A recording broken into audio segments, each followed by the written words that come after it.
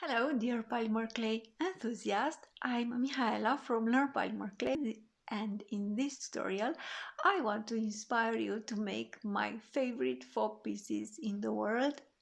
Meaning, I want to inspire you to make faux dichroic glass pendants.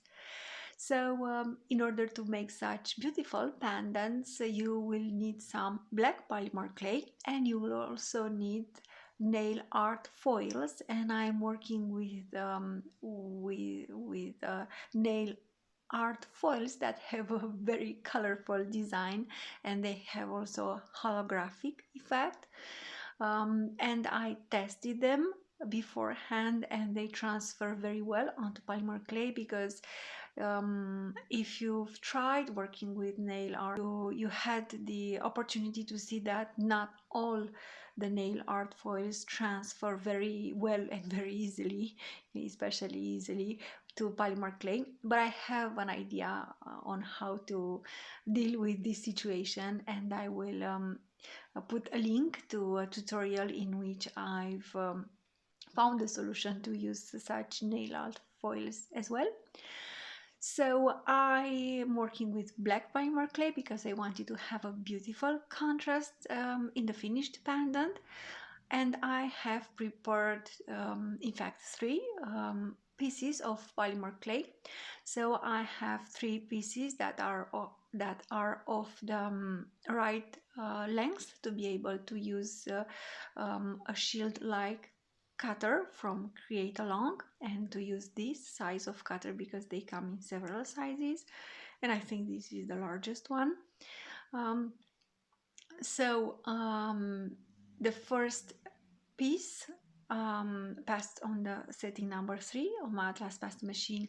I decorated it with nail art foil transfer.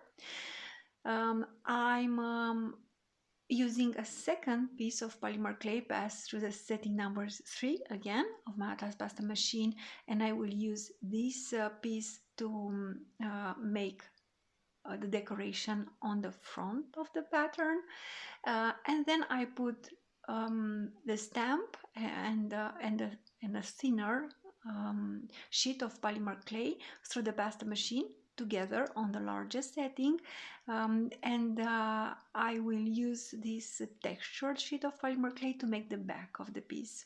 Then I used my rigid blade to create a nice line. So I trimmed off part of that polymer clay piece. So I am going to make a pendant with 3 overlapping pieces. I have a texture piece on the back, I have the nail art transfer foil decorated piece in the middle, and on one side of the pendant I have the clay piece textured with the same wavy stamp. Then I used parchment paper to press gently on the 3 layers and make sure that they are well connected and they are pressed into each other very well. And then I used a cutter that I particularly like. I like this shape very much. I think it's a very modern and elegant shape, and you will end up with beautiful and modern clay pieces. Then I've used my hands to smooth off the edges. You might need to use a blade to trim off a little bit on the margins if you notice color from the transfers on the margin. Next, I'm going to use a little bit of black polymer clay, and I am going to texture it with the same wavy texture. Again, I'm using with polymer clay passed on the setting number 3 of my Atlas Pasta machine. I use the same wavy stamp and the acrylic block to impress the same texture into the clay. And I'm trimming off a rectangle piece, and I am going to use this piece to make a bail for my pendant. And I'm going to roll the clay and make a very simple bail. And you can put it on a skewer. I put it on the etching pearl tool, but you could put it on a skewer or on a toothpick. I'm joining the two ends and I'm rotating the bead inside the skewer inside the bead to make sure that I have a tubular bead. And then I will press this bail into the pendant, and I will do my best to have the part where the two ends of the tubular bead meet in contact with the side of the pendant.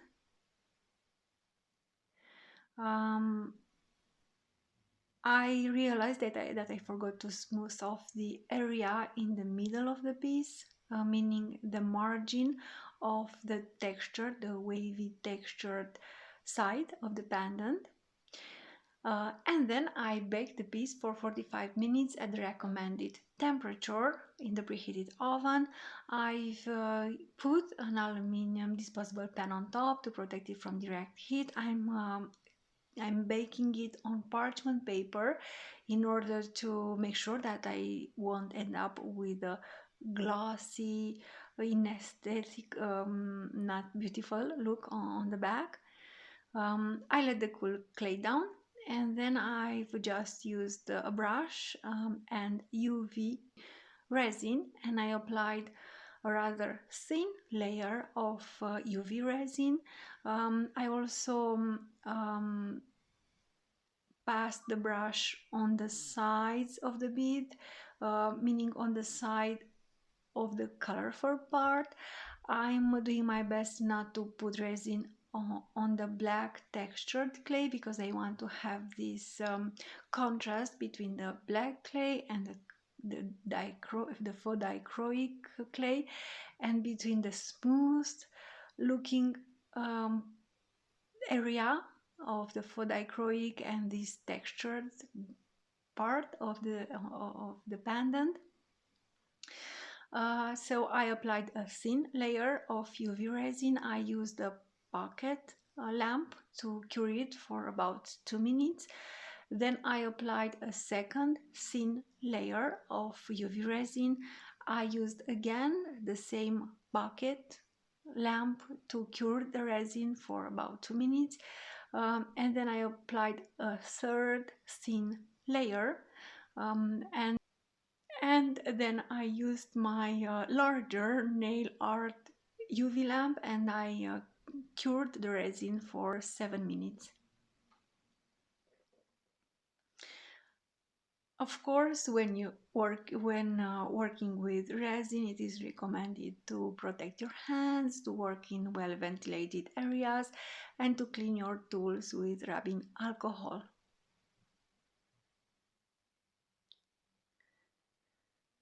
So this is the finished piece, and I really like the faux dichroic effect. And I initially thought that the fact that I did not get the best transfer into the clay, and I have some areas in which you can see the black polymer clay, I thought this was rather a mistake.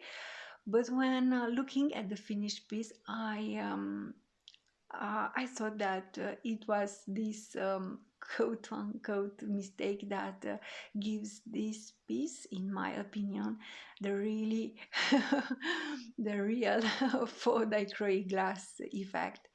So thank you for watching the tutorial. Please let me know if you like this idea, and thank you, and stay tuned for more inspiration for work with polymer clay.